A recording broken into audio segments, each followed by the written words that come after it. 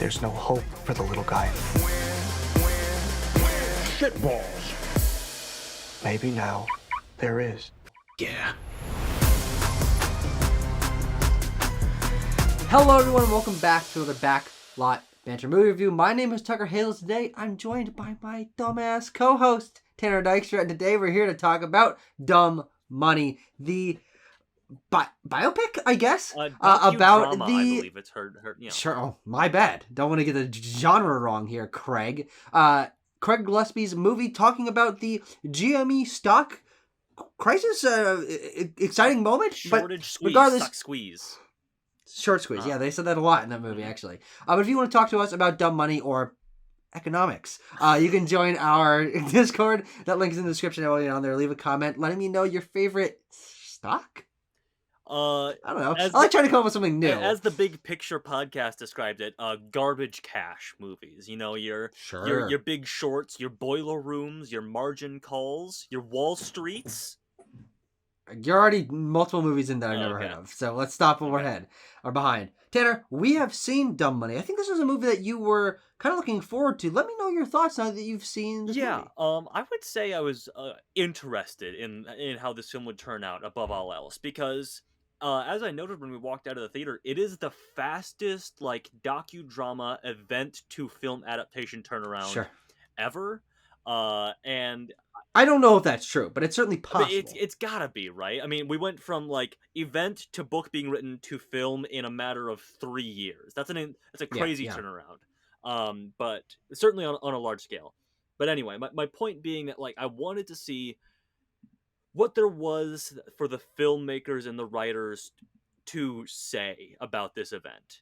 And I think that's really where my opinion on Dumb Money comes down on, is that it's not a bad movie, I think. No. I think it's just too soon. Because the key, the point, I think, of movies like this, of a docudrama, especially when it's in the realm of, there's going to be a lot of comparisons made between this movie and, The Big Short and The Social Network, two of my favorite movies of all time, actually, is that those movies had something to say about their subsequent events and subjects, whereas I feel like with Dumb Money, we're just, reiterating the things that happened and not really commenting on them past a surface level. Yeah, this is a really interesting movie because for me, as someone who finds it really interesting which events from history are chosen to make big theatrical release studio films out of, I find it very compelling that this event happens. You and I remember it. We lost a small amount of money. We didn't lose very much money. I think combined it was $100. Really, we got out with the skin of our teeth. We made it out good. But we remember this happening, and I can't really remember. I don't remember the housing crisis that was shown in The Big Short. A lot of these movies that are made about historical things are about things that I have no personal connection to. And the turnaround time for this I find to be very distinct and pretty compelling because I am able to see it dramatized on the big screen in a way that I was not privy to, even as someone who was there. And so learning about this process and being taught a little bit about economics and being shown through the eyes of so many people, I think this movie stands out. And I actually really appreciate it from what it stands as a time capsule of 2020 culture. Pandemic as we know it, lockdown-wise, starting to come to a close at the beginning of 2021. Mask culture still there. People still isolating. The memes of the time, the Reddit stuff of the time, the music of the time is very properly represented here. And it gives this movie a very distinct tone that I think is exactly what this movie needed to do. But I will agree that this movie doesn't have enough source material to work with, frankly. It is a movie that ends up getting pretty repetitive, and it kind of fizzles out at the end. So while I think this is a good movie, I like what it stands for. I think it feels very distinct. It isn't the best version of this movie, and I think you're right. It's because we don't have at least 5 years removed from this happening to see the impact of these things. How were these people's lives changed overall? How were economics shifted over the course of the next couple of years? It happened. They made the book and immediately started producing a movie. And that tight turnaround time means there's no reflection on the events. Yeah. So Toto, we can talk about this as a movie for a while, I think, and then we can circle back around to like how it represents the event that we both lived through, as you mentioned, and Yeah, we're believe it or somewhat not, we're older than 2 yeah, years we're old. somewhat directly involved in. Even though I did catch a line in the film where they kind of deride people like us who got in Yeah. at the tail end, put some money in Hmm. to like make Yep. money, and then couldn't get our Hmm. money out and were pissed. And they're like, "Nah, man, it's not about getting your money back. It's not about making money. It's about the statement. It's about the movement." That was I us. just wanted like an extra $50 or Exactly. something, man. But yeah, so let's talk about the cast, because I think the cast is Yeah, the real draw here. I remember absolutely. after the event happened, and before actually Ben Mesrich had even written his book, apparently studios were already going to him begging for the film rights to this and getting it casted. And we have a wide array of cast here, but our main focus is Roaring Kitty, aka Deep Fucking Value, aka Keith Gill, aka Paul Dano. Hmm. And he's good. I like Paul Dano in Yeah, this quite a bit. I think this is a role that he easily could have played as a joke. But he yeah, doesn't. He plays Keith Gill with a like really earnest sensibility, and like definitely. Oh, he's absolutely. just a guy who like cares about doing YouTube and like is just out there doing his thing. Like, I don't know, some other people Yeah, that I know, yeah, and he's just like he has, you know, Shailene Woodley there is his wife, and he has an infant daughter, and Pete Davidson is his brother. But there's just a sense of like earnestness about him and like actual yeah, heartfelt dedication to, I don't know, displaying this character, I guess, from Paul Dano's perspective, that yeah, is really yeah. tangible. It's the performance, absolutely, but I think it also comes down to the way that Keith Gill is Yeah, written as a character. He has stakes to him. He's just an average guy who is very interested in the stock market. It makes him a very unique character. I've never seen a character that uses Reddit in a movie. I've never seen a character that has a focus, especially as a middle-aged uh-huh. person, a focus on doing YouTube and being invested in online spaces. And he feels very distinct from that edge, but you're right, it's not a Yeah, joke to him. Yeah, he's wearing his headband, he's got a cat shirt on, and he's live streaming, he's reading funny comments. But Keith Gill as a person, and I don't know how accurate, frankly, almost any of this yeah, movie is to real life, or how accurate Keith Gill's writing as a character is to the actual person, but the way that he is serious about his money and passionate about what he's doing and believes in the causes that he's quote unquote fighting for paint him as a really interesting core yeah. protagonist because he's not headstrong. He's not boisterous. He's quietly confident. And it's that quiet confidence that other people like listen into, and you can see why all these characters around him believe in what he's Mhm. doing and why he starts a revolution because he's just a simple guy with strong beliefs. And I think that's a really compelling core character to follow. And what I think also is good about this movie and where I think both its biggest weaknesses and biggest strengths come from is it's able to pad out its runtime and keep its runtime as fresh as it is because there's a huge host of supporting characters Yeah, that we'll probably get to in a second.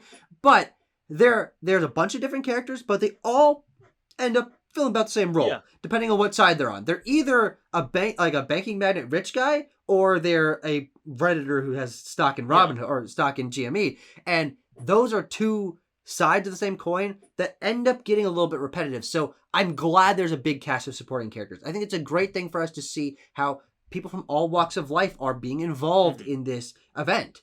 But at the end of the day, having so many characters and having to see them each go through holy fucking shit, oh man, it's going Whoa, up, it's whoa, going holy down, fucking shit. and then we're doing like 2-minute sequences with each of these Mhm. characters back to back of them reacting in largely the same way to this Yeah, scenario does sort of prove my initial point, which I think is the greatest flaw of this film, is there's not a lot to work with yeah. here. These are people who reacted to stocks going up and Yes. down. And they all reacted about the same way. And they were largely in the similar Mhm. position in life, depending on what side they were on. And then that was kind of that's kind of it. That's what we're working with here. But talk about the supporting cast. So let's start with I believe the person who is well, actually no, apparently Pete Davidson is second build, but I'm gonna go to America Hmm. Ferrera, Sure. Okay. because she plays this character Jenny, I believe she's a Mm-hmm. nurse, multiple tens of thousands of dollars in debt, and is a fan of Keith Gill's YouTube work, and is one of Yeah. the most like doggedly committed people to the GME stock squeeze. And Yeah. it goes around to that thing that I mentioned, where like she and many of the other characters in this film uh are not about making their money, especially Mm-hmm. towards the end of the movie. They are about like, we're making a statement to Wall Street Mm-hmm. about they can't do Yeah. this, and you know, the little guy counts and stuff like that. And she's especially one of that type of character. She's multiple times told by her coworker, like, yeah, cash out your money, you can be a millionaire, da da da da. And Not a millionaire, her, but have some money. yeah, and her end credits thing is still like parentheses, she's still holding or whatever. Yeah. So yeah, and also I think a lot of these characters I've read were inventions, and I presume that Jenny Sure. is one of those as well. Yeah, well, yeah, because how the hell are you gonna find a certain subset of stories of people that were involved in this to like write as a thing? So they do sort of feel like amalgams, like stand-ins for the guy that works at GameStop, the single mother, the college student that's in debt.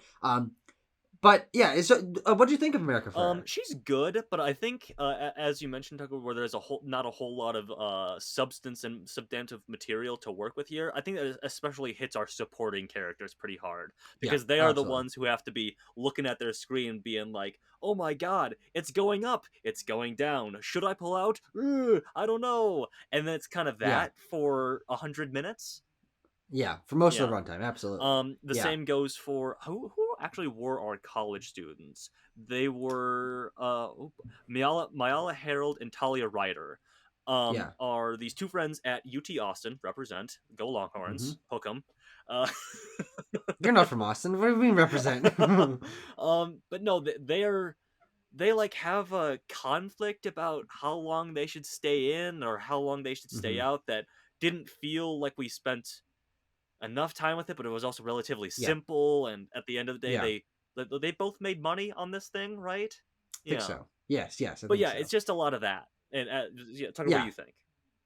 Yeah, I think that it's good that we have so many perspectives looking in on this to show that it was a movement that sparked passion in people across the country, and people from all walks of life, all different age groups were getting involved in this, and that shows how inspiring Keith Gill was with this movement, and how, you know, it was a lot of quote unquote unionization of people from all different walks of life to sort of take down and put a hole in what Wall Street had been doing for so long. So I like that, but I think you're right that the honest truth is they probably did the best with what they could have in terms of the turnaround time and creating characters that fit into slightly but similar different archetypes and stuff.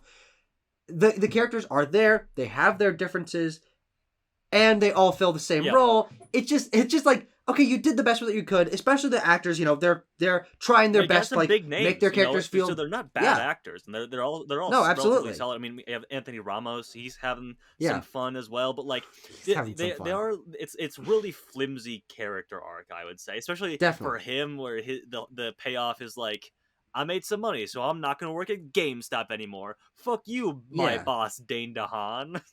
Yeah, very strange. Yeah, so but the supporting cast does extend past that, and I think this is where I really feel the simplicity of the source material that they're working with is in the three Wall Street characters that we have, played by Nick Offerman, Seth Rogen, and Vincent D'Onofrio. Seth Rogen and Vincent D'Onofrio, yes. And then also Sebastian Stan and his buddy that shows up like twice, who are the not common people, the not Redditors, the Robin of the Hood world. CEOs.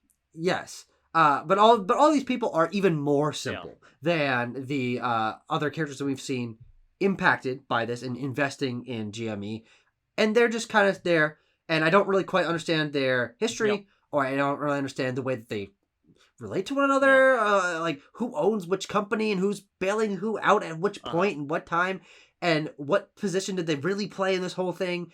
It gets a little bit muddled because they're pretty much one-note characters that stand in for more people, but this time on the other side to go, holy fucking shit, it's going up, it's going down. And so as a ensemble movie, it does its job in that you see how this impacted so many different lives from different people. But the problem becomes, as we're really painting clearly here, none of them stick No. out. All the actors are doing the best with what they can, with the runtime and with the source material they're working with.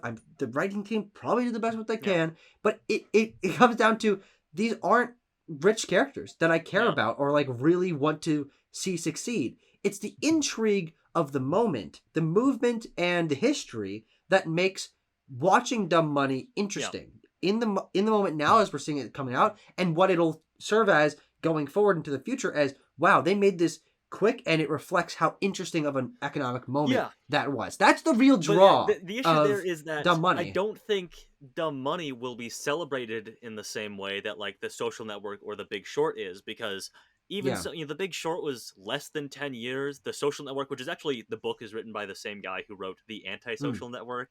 He did a little fun naming convention there. Was 6-7 years, maybe. Sure. But like, you could. My main advice, my main thing is that, like, yes, it's an interesting time capsule, but if you wanted to make a good movie that is like a good thought-provoking reflection on this event, you had to give it another couple years. You're not gonna make, unless they make another movie about, I don't know if they're gonna make another movie about this, but I think there was like a bunch of projects that went into production about this event. Sure, yeah, I remember that. So who knows how many of those are still in production, but especially if there's more, you're not going to have the definitive version of this because you're first across the finish line. Congratulations, but that doesn't mean you're going to be the best. Yeah, absolutely, absolutely. Though I will say that as a time capsule, this is where I personally appreciate the movie the most. I can take or leave the economic knowledge. I can take or leave the cast of characters, but I find it really interesting that we were sitting in this theater last night and we were watching a movie that was set in a time period that we all clearly remember. It was not that long ago. We were around the age of the characters portrayed in the film, some of them being college students. We were college students at the time. We were involved in this. And watching the way that this movie is directed and edited, involving elements of 2020 culture, that is where I think maybe on the grander scheme, it won't pay off because it's not the best movie about this possible source material because it doesn't have the reflection. But as we're just a few years removed from this, and we remember the memes, and we remember the music, and the TikTok dances, and the culture, and the COVID culture. This is a really fucking honest portrayal of what people were like in this culture, and what the memes were like, and especially Reddit. I mean, I have never seen a social media platform portrayed in almost an honest way on any movie, because they're always like half-assing. Oh, they can't quite use the exact name of the website, so we gotta like come up with some sort of stuff, or we gotta make fake tweets and like things. Live stream chat is always very strange in movies. It's usually terrible. And here's what I'll say: it's cringy watching it. Yes, but because it's real. It's accurate. Tucker, if I went up to you and I said, "Oh, Tucker, I'm the Tendy Man," or whatever, to the moon, hodl and stuff like that, you'd be like, "Shut the fuck up! You're saying like cringe 2021 stuff." That's just how it is. All right, that's how internet culture moves on. We will still say "diamond hands" or "to the moon" to one another because that was such a huge meme back there. The fact that the Redditors refer to themselves as apes, and words I will not repeat on this review. Yeah, it's cringy. Yeah, it feels weird to be like, oh man, what were they thinking? Oh, it's weird to like put this kind of stuff in a movie because it is uncomfortable. But as a time capsule of an era of culture that is already gone, mostly. I mean, I'm sure if you go on Wall Street Bets, they're still kind of doing the same thing. But the fact that it's as honestly portrayed as it is, with like clips from other movies edited as memes and music that it fits from that time period, it's going to act as a 2020 time capsule in a way that very few movies will. And I find that to be very, very compelling. And I think it was super well done. They didn't just go with people saying diamond hands and stuff. They're including TikToks, which you don't really see edited into movies very much. And they're including them overlapping with one another and including emojis and memes and GIFs and all this kind of stuff like flowing together in these interesting montage sequences that I thought were really well done and felt very unique. For me, it's the novelty there only lies in like, oh, it's actual, like they're very realistic to like Reddit and TikTok memes, and they're actually TikTok videos from the time and stuff like that, which I wonder how that works. Do you have to like ask those creators for the rights to use their TikTok? I don't know. You know what I'm wondering about? How do you even find those? Yeah. Like, how do you find out which TikToks were popular in February 2021? I don't fucking know. My main thing there is that, like, it's kind of stylistically indistinguishable from any other, like, social media montage in a movie. Sure. And the novelty only lies in, like, that was the real stuff. There it was. Yeah, definitely. There was something else I wanted to mention. Oh, okay. So circling back around to how it reflects the event, and as we sort of wrap up the review here, I guess. Definitely. I wanted to say that, like, I think this film maybe does a little too much, like, edification of Reddit, I think. Yeah. And they call, and Tucker, you used the word earlier, actually. You're like, oh, it was a revolution, it was a movement. And this circles back around to my main concern with that this movie came out too early. It fizzles out at the end because nothing really changed.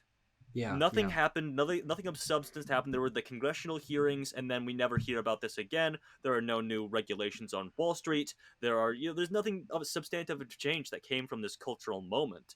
At least not that we can see right now, which is why I think the longer time frame is needed. But yeah, I think calling it like a revolution and calling it a movement, a people's revolution, is a little bit too, like, that's what people were saying in the moment. But if you're acting as a holistic piece about the event, you got to be realistic. You got to be realistic with what happened here. Yeah, and that's the kind of thing where, like, I pro and con balance it in my mind, because it makes it a more engaging movie to watch if people are really fucking committed to this, and you're gassing it up to be this giant thing that was impacting the lives of a lot of people. But unfortunately, I think that largely sustains it for the runtime. Like, I was feeling like there were some pretty tense moments in this movie as Wall Street Bets was down, and then people were like reacting, like, oh god, like, what do we do in this scenario? We didn't even think that was going to happen, and then the buy option gets cut off on Robinhood. It's like, oh, okay, I don't even remember that happening, but, like, okay, how does that impact everyone going on in this scenario? And then legally, how do we approach that? I thought that they wrote themselves into some pretty good scenarios of tension by gassing it up, by making it this larger than life thing. But I think that it comes back to your point at the end, when it, like, we get text on the screen, like, way earlier than I thought we would, and then it's just text on the screen that largely be like, kind of nothing happened. And so, like, it works for the majority of the runtime of the film, but in retrospect, and you're right, as like an analytical tool, this is the problem with writing a movie this close to the source material or the actual event. One other thing I said is, I said this movie edifies Reddit a little bit too much, and there are multiple times where I had to laugh. Not because the movie was cringy, but not because of, like, a 2021 thing, but because this movie goes out of its way to say, like, yeah, and Redditors are cool. Man, they're so cool and awesome. They're not nerds. They're gangsters, dude. Those people on Wall Street Bets, they're fucking gangsters, bro. Shut up. You're fucking nerds. Own it. You're nerds. Yeah. We were nerds. We were like all absolutely. hyped up nerds about the whole thing, but you got to be realistic with yourself, I think. Tucker, I'm going to give this movie a 5.5 out of 10. Okay. Yeah, I'll go a little bit higher. What's new? I actually think I'd go a little bit higher. You say that every time, too. I might go a little bit higher than you, actually. I'll just go a little bit. This time I'm spicing up a little bit. I'm going to go a little bit higher than you. What'd you 5.5.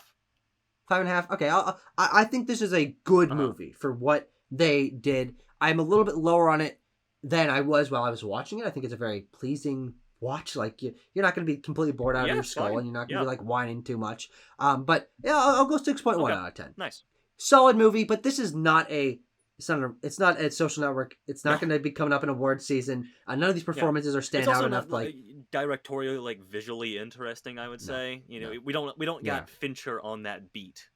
We also don't have Margot Robbie in a bubble bath. So step up your work, Craig, is what I would say. Absolutely. Well, if you have seen this movie and disagree or agree with us, share your thoughts, and we'll see you guys for more reviews in the Diamond future. hands. To the moon, baby. Dumb spendables. Dumb spendables. What a fucking weekend. Dumb spendables. And everyone's gonna go spend their dumb money. They're gonna go expend their dumb money. That's what it is.